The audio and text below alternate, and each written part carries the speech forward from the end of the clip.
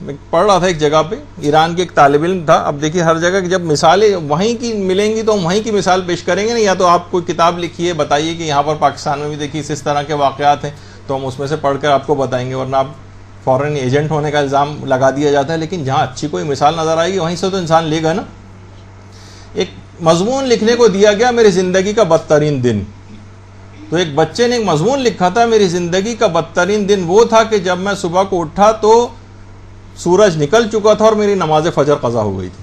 بدترین دن تھا میری زندگی کا. تو آپ خود بتائیے کہ بچوں کے لحاظ سے کتنی زیادہ اس کی آج کل کتنے زیادہ ہمارے پاس ہر وقت ای میلیں اور یہ اور وہ مدرسے کے ایڈریس کے اوپر سب چیزیں آتی رہتی ہیں. خواتین پریشان ہیں اپنے بچوں کو نماز کا عادی کیسے بنائیں. بچہ کوئی نماز سننے پر تیار نہیں ہوتا. بہت پریشان ہیں لوگ اس سلسلے. دیکھیے خود ابھی امام خمینی کا تذکرہ ہو رہا تھا. باقاعدہ ہر وقت یعنی سوچیں مرجع لیول جو پوری دنیا کی طاقتوں سے ٹکر لیے ہوئے، لیکن کہیں پہ بھی کوئی بچہ نظر آتا تھا فوراً پوچھتے تھے بیٹا تم نے نماز پڑھی یا نہیں پڑھی. امام خمینی کی جو بہو تھی خانم طباطبائی ہیں، فرماتی ہیں کہ خود بچوں کو لے جا کر جانماز ان کے ہاتھ میں دیتے تھے کہ جاؤ وضو کرو اور نماز پڑھو. خود جانماز اٹھا کے ان کے ہاتھ میں دیتے تھے. اور کوئی بچہ ہوتا تھا اس کو نماز تھوڑی سی بھی دیر سے پڑھتے دیکھتے تھے تو جا کر اس کے پاس کہتے تھے کیا ہی اچھا ہوتا کہ تم اگر اول وقت نماز پڑھ لیتے. اور جو ان کے پوتے تھے، نواسے تھے، ان کا ایک نواسے جو خود چھوٹے تھے اور بعد میں تھوڑا سے نسبتاً جب بڑے ہوئے تھے تو اس وقت کا بات بتا رہے ہیں کہ ایک دفعہ امام خمینی کمرے میں نماز پڑھ رہے تھے تو میں ان کے پیچھے جا کر میں بھی کھڑا ہو گیا اور ان کے ساتھ ہی نماز شروع کر دی. بعد میں انہوں نے نماز کے ختم کرنے کے بعد مڑ کے دیکھا کہ میں ان کے پیچھے نماز پڑھ رہا تھا تو بہت خوش ہوئے اور اسی وقت اٹھ کر اپنی کچھ کتابیں جو ہیں وہ انہوں نے مجھے انعام میں تحفے کے طور پر دی. تو اب جیسے خود امام خمینی کی جو بھتیجی تھیں مریم پسندیدہ، آیت اللہ پسندیدہ ان کے بھائی تھے، ان کی جو بیٹی مریم پسندیدہ، وہ فرماتی ہیں کہ ہم 9 سال کے تھے اور شام میں تھے. امام خمینی مختلف علاقوں میں جلا وطن رہے اور پوری فیملی کے ساتھ جلا وطن رہے. تو کہہ رہے ہیں کہ ایک جگہ پہ نماز جماعت امام خمینی پڑھا رہے تھے، ہم تمام گھر کے افراد بھی اس نماز جماعت میں شریک ہوتے تھے. تو میں اس وقت 9 سال کے کچھ قریبی کی تھی کہ میں نے نماز جماعت میں کوئی غلطی کی. تو وہ فرماتی ہیں کہ میری والدہ نے مجھ کو نماز ختم کرنے کے بعد ٹوکا کہ تمہاری نماز صحیح نہیں ہے، تم نے فلاں چیز کی غلطی کی. مجھے بہت افسوس ہوا کہ میں نے اتنی محنت سے نماز پڑھی ہے. میں رونے لگی. میری رونے کی آواز سن کر امام خمینی پیچھے متوجہ ہوئے اور مجھے اپنے پاس بلایا کہ کیوں رو رہی ہوں. تو میں نے کہا کہ مجھ سے نماز میں فلاں غلطی ہو گئی جس سے میری نماز غلط ہو گئی. اس کے بعد وہ خود فرماتی ہیں امام خمینی کی بھتیجی کہ امام خمینی نے نماز مغرب کا یہ واقعہ ہے. نماز مغرب پہ فوراً بعد عشاء پڑھانی تھی لیکن 20 منٹ تک نماز کے مختلف مسائل مجھ کو بیٹھ کر سمجھاتے رہے اور نماز عشاء کو 20 منٹ تاخیر سے شروع کیا. 20 منٹ تاخیر سے، یعنی اتنی اہم چیز ہے یہ نماز. ہمارے ہم تو دیکھتے ہیں کہ فوراً بچے جس انداز سے ٹربو بوسٹ لگا کے جو کہ نماز پڑھتے ہیں چند سیکنڈ کے اندر پڑھ کے پتہ چلا آپ کمرے سے باہر گئے اور فوراً اندر آئے تو وہ نماز پڑھ کے بھی ختم کر چکے تھے. تو بعض اوقات ایک تو اتنی تیز رفتاری کے ساتھ نماز، وہ بھی ہم آگے چل کر ڈسکس کریں گے اس کو اپنی اگلی نشستوں میں کہ نماز کو بہتر سے بہتر کیسے بنائیں اور بچوں کو خود اس کا عادی کیسے بنائیں. تو 20 منٹ نماز عشاء میں تاخیر کی اور ایک چھوٹی بچی جو 9 سال کی بچی ہے اس کو بیٹھ کر 20 منٹ تک نماز کے مسائل سمجھاتے رہے اور 20 منٹ تاخیر سے شروع کی اور پوری جماعت انتظار کرتی رہی. اور اسی طریقے سے آیت اللہ خلخالی جو بعد میں وہاں پر چیف جسٹس وغیرہ کے عہدے پر بھی رہے، جو امام خمینی کے خاص شاگرد تھے، وہ فرماتے تھے کہ امام خمینی نماز کے معاملے میں اتنے حساس تھے کہ جو بھی طالب علم دیر سے نماز پڑھتے تھے ان کے اوپر بہت شدید ناراض ہوتے تھے اور وہ ہر وقت ڈرتے ہی رہتے تھے کہ امام خمینی کہیں درس دینا موقوف نہ کر دیں، بند نہ کر دیں، یا اس کو اپنی کلاس سے نہ نکال دیں کہ نہیں میں تم کو نہیں پڑھا سکتا کیونکہ تم نماز کو اول وقت میں نہیں پڑھتے ہو، کہیں درس دینے سے ہم کو منع نہ کر دیں. اور یہی وجہ ہے کہ امام خمینی کے متعلق ملتا ہے کہ وہ بلوغ سے بھی بہت پہلے سے نماز شب تک کے پابند تھے. سیدھے ہاتھ پہ امام خمینی کی تصویر، بلوغ سے بھی پہلے نماز شب کے اس حد تک پابند. اور خود ان کی زوجہ محترمہ یہ بات بیان فرماتی ہیں امام خمینی کی کہ امام خمینی رات کو نماز شب کے لیے اٹھا کرتے تھے اور لائٹ نہیں جلاتے تھے، اور ایک ٹارچ رکھی ہوئی تھی، اور ٹارچ کی روشنی بھی پاؤں کی طرف کر کے رکھتے تھے. ہماری طرح نہیں کسی کے ہاتھ میں ٹارچ آ جائے تو سب سے پہلے لوگ ہی آنکھوں پہ لائٹ مارتے ہیں، تو اس طرح سے نہیں کرتے تھے. تو پاؤں کی طرف جو ہے وہ ٹارچ کی روشنی رکھتے تھے. اور اس کے بعد جب نماز شب کے لیے وضو کرنے کے لیے جاتے تو نل جس جگہ پہ تھا وہاں پہ نیچے اسفنج انہوں نے رکھا ہوا تھا کہ پانی گرنے کی آواز سے دوسرے لوگ نہ کہیں اٹھ جائیں، تاکہ اس کی پانی گرنے کی آواز نہ جائے ان تک. تو اس طرح سے یہ افراد کی جو انقلاب لے کر آئے ہیں اور اسلام کا ایک بول بالا دنیا میں کیا، وہ نماز کی طاقت سے کیا. تو اور اسی طرح سے ان کی اپنی صاحبزادی خانم فریدہ مصطفی جو بیٹی ہیں امام خمینی کی، اور آج بھی تہران یونیورسٹی میں ہیڈ آف دی ڈپارٹمنٹ ہیں، پروفیسر ہیں اور پی ایچ ڈی ہیں. وہ خود یہ فرماتی ہیں کہ نماز ظہر سے آدھے گھنٹے پہلے وضو کر کے نماز سے پہلے دعاؤں میں اور اس میں مصروف ہو جاتے تھے، زیارات پڑھنے میں اور دعاؤں میں اور قرآن کی تلاوت میں. اور سردیوں میں جب فجر کے وقت اٹھتے تھے تو ہم سب کے لیے گرم پانی کا انتظام کرتے تھے اور اٹھا کر کہتے تھے میں نے تمہارے لیے پانی گرم کر دیا، اٹھو اور جا کر نماز پڑھو. یعنی پورے گھر کے لیے پانی کو گرم کر کے رکھتے تھے. جو بچوں کی تربیت کے حوالے سے بھی ہم نے ایک دفعہ سینئر کلاسز میں ذکر کیا تھا کہ بچوں کو نماز کا عادی بنانے کے لیے ضروری ہے سردیاں اگر ہیں تو ان کے لیے گرم پانی پہلے سے کر کے رکھیں، ورنہ ایسا نہ ہو کہ وہ مثلا ٹھنڈے پانی کی وجہ سے ان کو کوئی کراہیت ہو نماز سے. اور آغا آشتیانی جو امام خمینی کے بڑے قریبی رفقا میں شمار ہوتے تھے، وہ کہتے تھے کہ ہمیشہ نماز سے پہلے امام خمینی کی عادت تھی تلاوت قرآن ضرور کرتے تھے. ہماری طرح نہیں کہ بس فوراً بچھائی جائے نماز اور اللہ اکبر کہہ کے شروع کر دیا. آدھے گھنٹے پہلے سے مصلی پر آ گئے، تلاوت قرآن میں مشغول رہے، اور اس کے بعد پھر نماز کو اس انداز سے شروع کیا کرتے تھے. اور آیت اللہ خنصاری فرماتے ہیں کہ شدید برف باری ہو رہی ہوتی تھی. دیکھیے قم کی اور مشہد کی برف باری کتنی شدید برف باری ہوتی تھی. تو مدرسہ فیضیہ میں امام خمینی ہوتے تھے، تو مدرسہ فیضیہ میں اس کی تاریکی میں اٹھتے تھے اور برف کو توڑ کر وضو کرتے تھے. اس میں سے جو پانی نکلتا تھا، سوچیے کہ شدید برف باری ہو رہی ہے، برف کو توڑ کر وضو اس سے کیا کرتے تھے اور پھر نمازوں میں مصروف ہوتے تھے. آج بھی بہت سارے لوگ ان کی پیروی میں جو نماز کے پابند ہیں، نماز کا وقت ہو جائے پانی کہیں اویلیبل نہ ہو تو اسی طرح سے برف توڑ کر کیا کرتے تھے.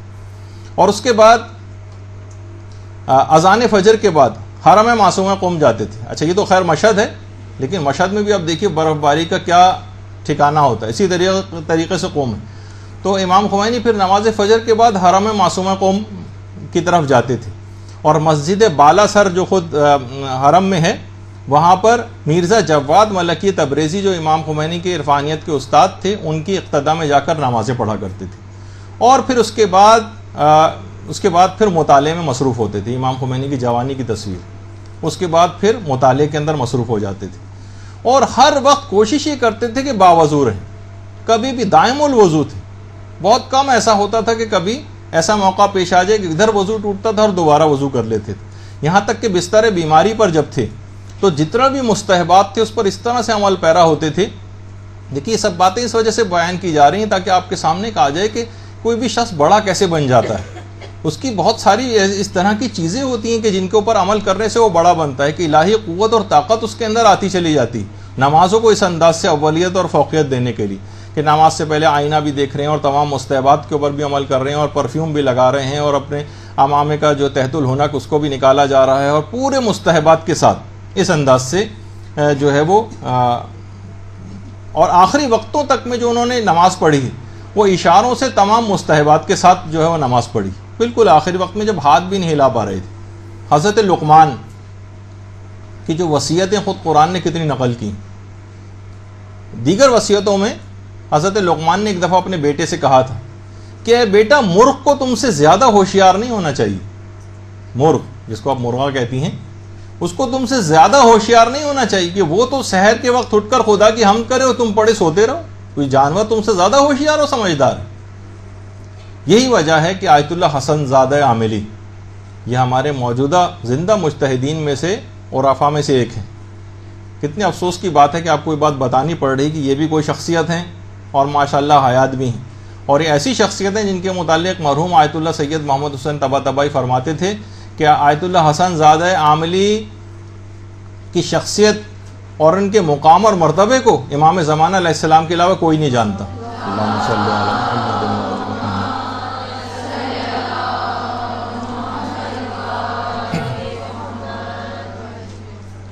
ایک جملہ آیت اللہ حسن زادہ عاملی فرماتے ہیں کہ الہی مرخ کے لیے تو سحر ہو اور حسن کے لیے نہ ہو.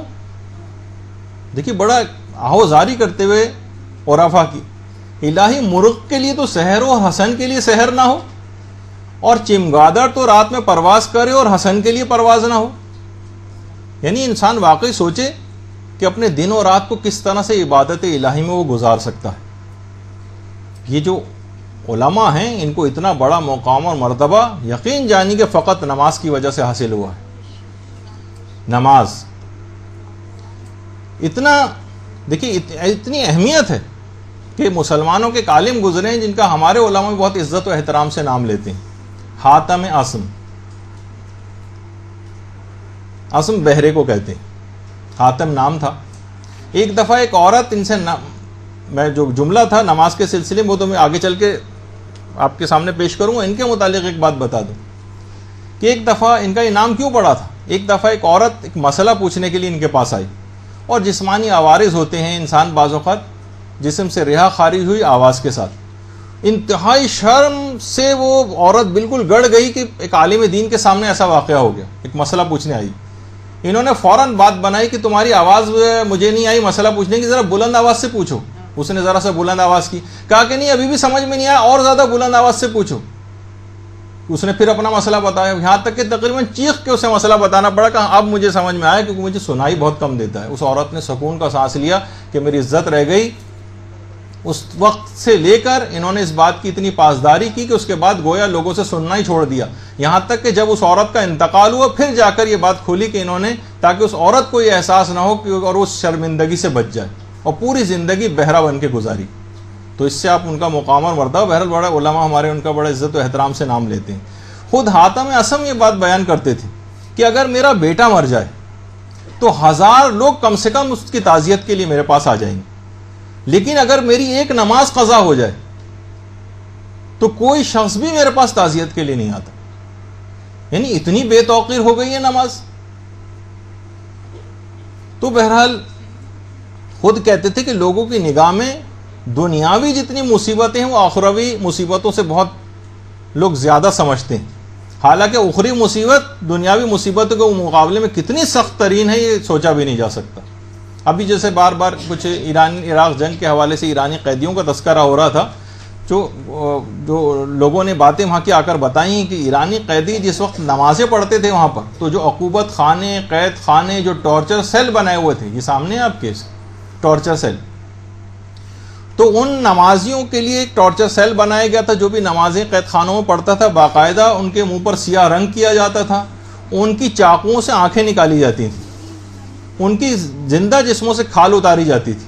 یہاں تک کہ نمازی جو اس کے باوجود بھی جو قیدی ہوتے تھے وہ اشاروں یعنی نماز نہیں چھوڑتے تھے اور اشاروں سے نماز پڑھتے تھے، کیونکہ اگر یہ سب کام کریں گے تو بہرحال ان کو یہ سزائیں اس طرح سے دی جائیں گی. نوٹ کیا جاتا تھا، کوئی شخص سجدہ نہیں کر سکتا تھا وہاں پر، نمازیں نہیں پڑھ سکتا تھا، یہاں تک کہ دل ہی دل میں اشاروں کے ساتھ نماز پڑھتے تھے، لیکن نماز کو پھر بھی اس موقع پر ترک نہیں کرتے تھے.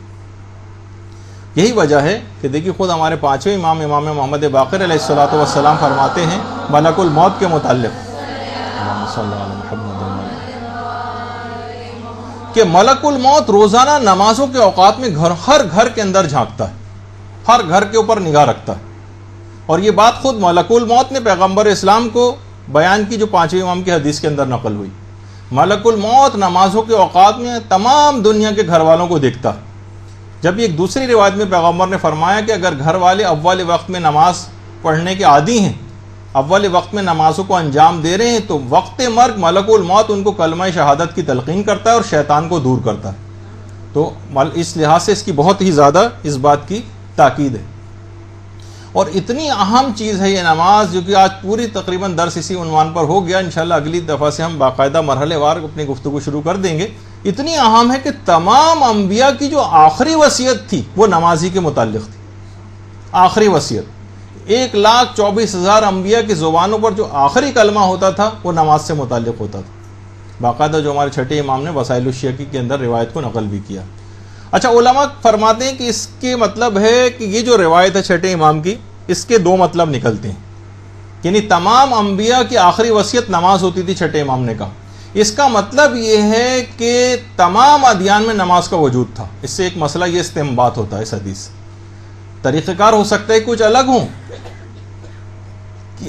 کہ تمام ادیان میں نماز کا وجود پایا جاتا تھا اور تمام پیغمبر اہل نماز تھے، اور دوسری بات یہ بھی پتہ چلتی ہے کہ 1,24,000 انبیاء جو تھے نماز ان کی پسندیدہ ترین عبادت تھی، کہ انتقال سے پہلے انسان دیکھیے اپنی خاص الخاص بات کو تذکرہ کرتا ہے، جو انشاءاللہ اگلی نشستوں میں ہم ائمہ کے حوالے سے بھی آخری اوقات میں کس طرح سے نماز کی تاکید کرتے تھے اس کا ذکر آئے گا۔ خود ہمارے اپنے علماء میں سے علامہ عبد الحسین الامینی، جن کی کتاب الغدیر، یہ حرم امام رضا علیہ الصلوۃ والسلام میں، اللہم صلی علی محمد وعلی محمد، حیران ہوں گے آپ سن کر کہ روزانہ حرم امام رضا میں امیر المومنین کی سیرت کی پیروی میں 1000 رکعت روزانہ شب میں پڑھا کرتے تھے، 1000 رکعت روزانہ۔ جب لوگ ان سے پوچھتے تھے علامہ آپ تھکتے نہیں ہیں اتنی عبادت کر کے، تو فرماتے تھے کہ جب مچھلی پانی میں تیرنے سے نہیں تھکتی تو میں نماز سے کیسے تھک سکتا ہوں۔ تو دیکھیے، اور ہم ان کے مقابلے میں محسوس کرتے ہیں کہ اپنے کاموں کو ہم اولیت دیتے ہیں، نمازوں کو ٹالتے ہیں، اس کو حقیر یا کم اہمیت سمجھتے ہیں، جبکہ پروردگار عالم فرشتوں کے سامنے فخر و مباحت کر رہا ہوتا ہے کہ تم نے میرے اس بندے کو دیکھا جو نماز شب پڑھتا ہے، اس کے لیے فخر و مباحت کرتا ہے، اور بعض اوقات پروردگار عالم جو ان افراد کے اوپر تعجب کر رہا ہوتا ہے کہ جو نماز نہیں پڑھتے اور رزق تلاش کرتے پھر رہے ہوتے ہیں، کام کرتے پھر رہے ہوتے ہیں، کہ پروردگار کہتا ہے میرے اس بندے کو دیکھو کہ وہ خیال کرتا ہے کہ اس کی حاجات کی جو برابری ہے وہ میرے علاوہ کسی اور کے ہاتھ میں، رزق تلاش کرتا پھر رہا ہے، جبکہ رزق سب کو بانٹنے والا میں ہوں۔ یہ میری بارگاہ میں سر جھکانے کے بجائے دیکھو نمازوں کو قضا کر کے میری بارگاہ میں آئے بغیر لوگوں کے دروں پہ بھٹکتا پھر رہا ہے۔ تو جب بھی پیغمبر اسلام نماز کو اپنی آنکھوں کا نور قرار دیتے تھے اور کہتے تھے کہ نماز میرے لیے اس طرح سے ہے، اتنی پروردگار نے مجھے محبوب قرار دی ہے نماز، جیسے پیاسے کے لیے پانی اور غذا ہوا کرتی، جبکہ بھوکا اور پیاسا پھر بھی آب و غذا سے سیر ہو جاتا ہے، مگر میں نماز سے سیر نہیں ہوتا، یہ پیغمبر فرماتے ہیں۔ تو خود امام خمینی کا ایک جملہ ہے کہ نماز پنجگانہ، جو آپ نماز پنجگانہ پڑھ رہی ہیں نا، وہ کہتے تھے کہ نماز قلب مومن میں توحید کے شجر طیبہ کو ایسا مستحکم کرتی ہے کہ پھر مومن کے دل سے ایمان کو کوئی نکال نہیں سکتا۔ یہ ایک شجر طیبہ کے درخت کی آبیاری آپ کے اندر کرتی چلی جا رہی۔ تو کہتے تھے بس میرے بھائیوں، جو خطاب کرتے تھے لوگوں سے، اپنے دینی واجبات خصوصاً نماز پنجگانہ کی ادائیگی میں کبھی سستی سے کام نہ لینا۔ اور یہی وجہ ہے کہ ایک بہت بڑے ہمارے علماء میں سے گزرے ہیں، ایک عالم ان کے متعلق فرماتے ہیں، آیت اللہ شیخ محمد حسین غروی اصفہانی کمپانی کے متعلق ہمارے ایک عالم گزرے، شیخ محمد حسن غروی اصفہانی کمپانی، ایک عالم دین، کہتے ہیں کہ ہم ان کے گھر درس لینے کے لیے جایا کرتے تھے۔ تو ایک دفعہ ہم وقت سے کچھ پہلے پہنچ گئے۔ دیکھیے اس طرح سے لوگ نمازیں پڑھتے رہے، صرف آپ کو یہ اہمیت بتانے کے لیے۔ فیس بک پہ ہمارا جو مدرسے کا اکاؤنٹ ہے، اس میں ہم اس طرح کی بہت ساری چیزیں آج کل لگا رہے ہیں، آپ کوشش کریں کہ اس پہ جا کر بہت ساری چیزیں آپ سیکھ سکتی ہیں۔ وہ کہاں ہم کہاں کے نام سے ہم نے اس میں چیزیں لگائیں گی تاکہ پچھلے لوگوں کی سیرت رہے اور ہم اپنے کردار کو دیکھیں ایک آئینے کے طور پر۔ تو شیخ محمد حسن غروی اصفہانی کمپانی، ان کے پاس جب کچھ علماء درس لینے کے لیے ان کے پاس آتے تھے تو کچھ وقت سے پہلے پہنچ گئے۔ وہ کہتے ہیں کہ ہم نے دیکھا کہ ہمارے استاد اپنے گھر کے گوشے میں جو ہے وہ نماز پڑھ رہے ہیں۔ تو ہم ایک بات دیکھ کر کمرے میں جیسے ہی داخل ہوئے حیران رہ گئے کہ ہمارے استاد نماز میں جو اذکار کر رہے تھے، در و دیوار سے انہی اذکار کی گونج ہمیں ان کو سنائی دے رہی تھی، جیسے در و دیوار خود ذکر الہی جو ہے کر رہے ہیں۔ یعنی ہم لوگ بہت ہی زیادہ ایک لحاظ سے دہشت زدہ سے ہو گئے یہ دیکھ کر، لیکن ایک عجیب روحانی ماحول وہاں کا اس کمرے کا جو ہے موجود تھا۔ تو آپ نے دیکھا کہ اس طرح سے لوگ اپنی نمازوں کی حفاظت کرتے رہے ہیں، اپنی نمازوں کو اتنا بلند مقام کے اوپر لے جاتے رہے ہیں کہ پھر در و دیوار بھی ان کے ہم نوا ہو جاتے ہیں۔ جیسے حضرت داؤد کے متعلق ملتا ہے کہ جس وقت وہ زبور کی تلاوت کرتے تھے، جہاں جہاں سے گزرتے تھے در و دیوار سے، درختوں سے، پتوں سے، پودوں سے، پتھروں سے زبور کی تلاوت کی آوازیں آتی تھیں. تو وہ تو نبی خدا تھے، لیکن آج کل بھی ہمارے علماء جو بھی اس قسم کی تمام آداب اور شرائط نماز کے پابند ہیں، ان سے بھی اس طرح کی کرامتوں کا ظہور ہوا کرتا ہے.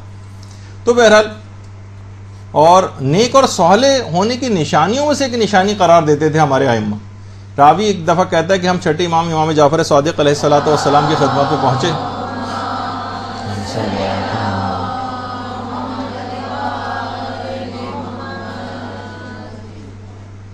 تو ہم نے اپنے ایک دوست کی بہت تعریف کی کہ مولا وہ بہت نیک اور صالح ہے، بہت ہی بہترین آدمی، اور بہت تعریفیں کی. امام نے کہا کہ یہ بتاؤ نماز کے بارے میں اس کا روش اور طریقہ کیا ہے. یعنی امام دوسرے الفاظ میں یہ سمجھانا چاہ رہے تھے کہ کیا وہ نمازوں کو اول وقت پڑھتا ہے نہیں پڑھتا، نماز کو اہمیت دیتا ہے نہیں دیتا. تمام باتیں چھوڑو، تم یہ بتاؤ کہ نماز کے بارے میں اس کا طریقہ کار کیا ہے. تو بہرحال امام اس سے اندازہ لگاتے تھے کہ ایسا شخص دوستی کے قابل بھی ہے یا نہیں. پتہ چلا نمازوں کو بالکل لیٹ کر رہا ہے تو وہ شخص دوستی کے بھی قابل امام اس کو نہیں سمجھتے. اور ظاہر ہے جب خود ہمارے ائمہ کی طریقہ کار یہ تھا، ہمیں امیر المومنین علیہ الصلوۃ والسلام کے متعلق ملتا ہے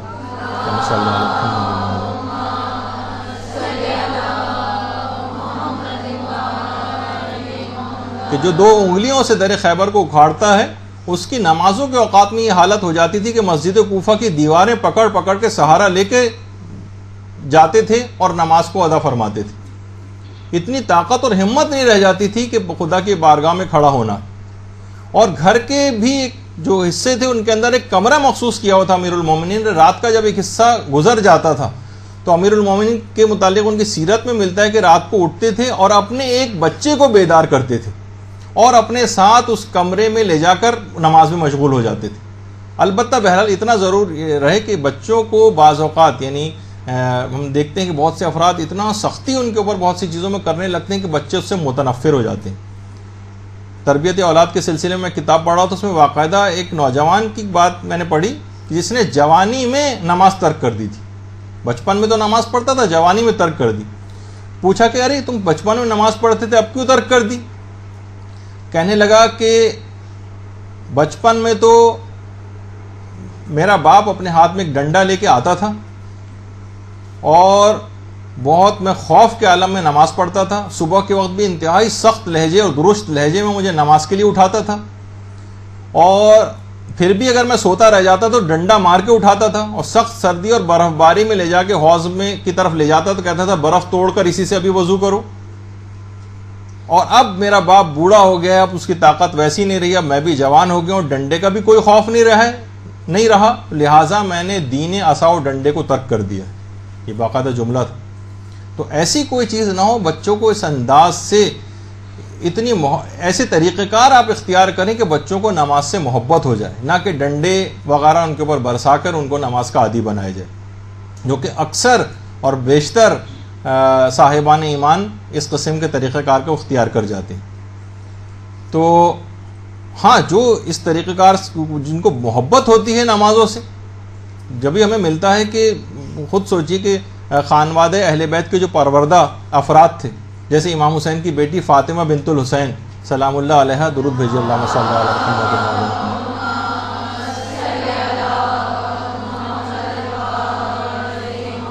جو حسن مثنی کی زوجہ تھیں، ان کی وفات پر ان کی قبر کے کنارے خیمہ لگایا تھا فاطمہ بنت الحسین نے، اور 1 سال تک اس خیمے میں رہی تھیں اور دن بھر روزے رکھتی تھیں اور رات بھر عبادت خدا میں کھڑی رہتی ہیں. ایسا نماز پڑھنے کے پھر عادی لوگ ہو جاتے ہیں.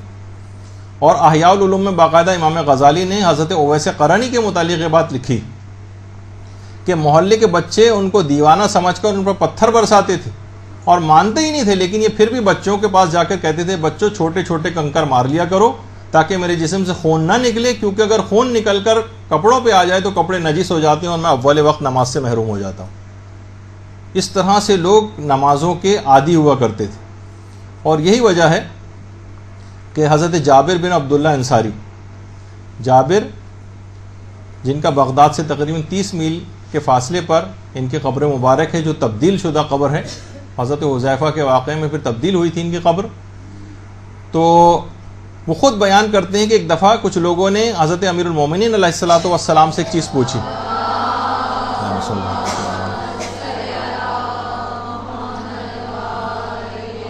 اور کہا کہ آپ یہ بات بتائیے کہ پیغمبر اسلام کا وقت انتقال پیغمبر کی زبان پر کیا جملہ تھا؟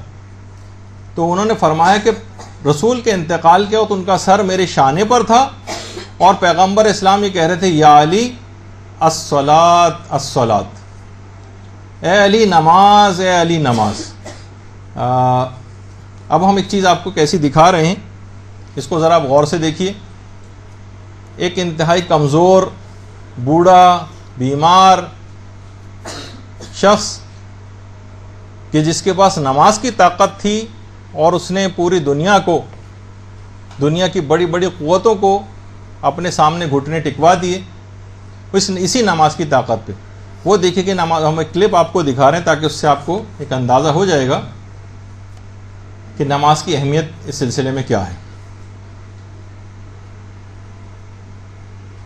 نماز نفس کی عزت ہے اولی۔ اچھا، اب یہ آپ دیکھیے کہ امام خمینی کو بستر مرگ پہ ہیں، اور کس انداز سے ان کو وضو کروایا جا رہا ہے، کتنی مشکلات میں، جبکہ لوگ نمازوں کو چھوڑتے ہیں۔ کی قسم نماز دین کی حرمت ہے، اوصیا کی قسم یہ پٹی وغیرہ اتاری جا رہی ہیں، اب یہ ہاتھ اٹھا کے ان کا سر کا مسح کروایا جا رہا ہے۔ نماز قصہ وحدت ہے، کبریا کی قسم نماز خیر عمل کی طرف بلاتی ہے، نماز عشق خدا کا پاؤں ہنر کا مسح ہو رہا ہے۔ سکھاتی ہے، نماز عبد کو معبود سے ملاتی ہے، نماز گفتگو اللہ سے کراتی ہے، پاؤں ہلا بھی نہیں سک رہے ہیں، ہاتھ پاؤں کو تب ہو رہا ہے۔ نماز گناہوں سے بھی بچاتی ہے، نماز قبر تلک ساتھ ساتھ جاتی ہے۔ اب تیمم کرنا ہے تو تیمم اگر جبیرہ زیادہ بڑا بندہ ہے تو اسے اتارنا ہوتا ہے۔ نماز نفس کی عزت ہے، اولیاء کی قسم نماز دین تمام مستحبات پہ عمل کرتے تھے، یہاں تک کہ امامہ باندھنا، اس کا تحت الحنک نکالنا بستر مرگ پہ بھی ترک نہیں کیا۔ قصہ وحدت ہے، کبریا کی قسم نماز خیر عمل کی طرف بلاتی ہے، نماز عشق خدا کا ہنر سکھاتی ہے، نماز عبد کو معبود سے ملاتی ہے، نماز گفتگو اللہ سے عطر لگا کے نماز پڑھنا، تو پرفیوم منگوایا، نماز گناہوں سے بھی بچاتی ہے، نماز پرفیوم چھڑکا، 70 گنا زیادہ ثواب ملتا ہے۔ نماز جماعت ہسپتال کمرے میں آج تک کسی نے نہیں دیکھی ہوگی، اور ڈرپ لگی ہوئی ایک آدمی ہاتھ میں لے کے کھڑا ہوا ہے۔ وہ ہے جو فاقوں میں مصطفیٰ نے پڑھی، جگا کے اپنے ہی قاتل کو مرتضیٰ نے پڑھی، جو چکیوں کی مشقت میں فاطمہ نے پڑھی، گلے لگا کے زہر کو جو مجتبیٰ نے پڑھی، جو چاہتا ہے کہ عظمت نماز کی دیکھے، میرے حسین کا وہ سجدہ آخری دیکھے، پڑھی نماز جو عابد نے پشت ناقہ پر ادا کیا، جسے باقر نے سختیاں سہ کر بیاں کیا، جسے جعفر نے برسر منبر رکوع میں برسوں رہے، جس کے کاظم مضطر رضا نے لب پہ سری الرضا سجا کے پڑھی، تقی نے تقوی ابو طالبی بتا کے پڑھی، نقی نے نخوت باطل مٹا مٹا کے پڑھی، اور عسکری نے خبر آخری سنا کے پڑھی، پس نماز مصلی پہ رو رہا ہے کوئی، امام عصر ہے اور حجت خدا ہے وہی، اماموں کے غلاموں کا غلام کو نماز پڑھنا۔ نماز نفس کی عزت ہے، اولیاء کی قسم نماز دین کی حرمت ہے، اوصیاء کی قسم اب اشاروں میں نماز کیسے پڑھی وہ بھی آپ سیکھنے کے لحاظ سے بھی سن دیکھیں۔ نماز قصہ وحدت ہے، کبریا کی قسم نماز خیر عمل کی طرف بلاتی ہے، نماز عشق خدا کا ہنر سکھاتی ہے، نماز عبد کو معبود سے ملاتی ہے، نماز گفتگو اللہ سے کراتی ہے، یہی نماز گناہوں سے بھی بچاتی ہے، نماز قبر تلک ساتھ ساتھ جاتی ہے۔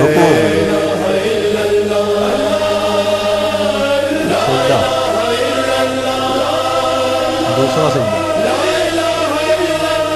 نماز وہ ہے جو فاقوں میں مصطفیٰ نے پڑھی، جگا کے اپنے ہی قاتل کو مرتضیٰ نے پڑھی، جو چکیوں کی مشقت میں فاطمہ نے پڑھی، گلے لگا کے زہر کو جو مجتبیٰ نے پڑھی، جو چاہتا ہے کہ عظمت نماز کی دیکھے، میرے حسین کا وہ سجدہ آخری دیکھے، پڑھی نماز جو عابد نے پشت ناقہ پر ادا کیا، جس اشاروں سے سختیاں سہ کر بیاں کیا، جس جعفر نے برسرے منبر رکوع میں برسو رہے، جس کے کاظم مضطر رضا نے لب پہ سری الرضا سجا کے پڑھی، تقی نے تقوی ابو طالبی بتا کے پڑھی، نقی نے نخوت باطل مٹا مٹا کے پڑھی، اور عسکری نے خبر آخری سنا کے پڑھی، پس نماز مصلی پہ رو رہا ہے کوئی،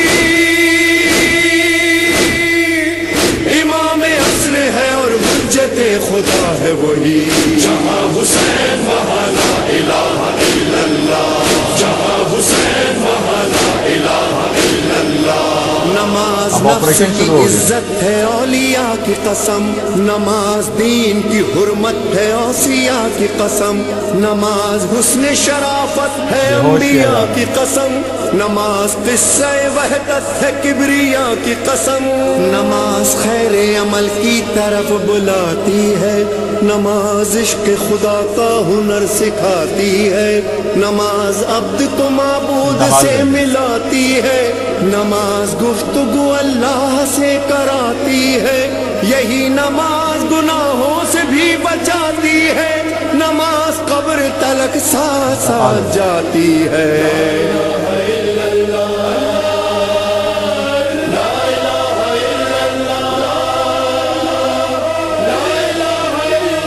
بیٹے احمد خمینی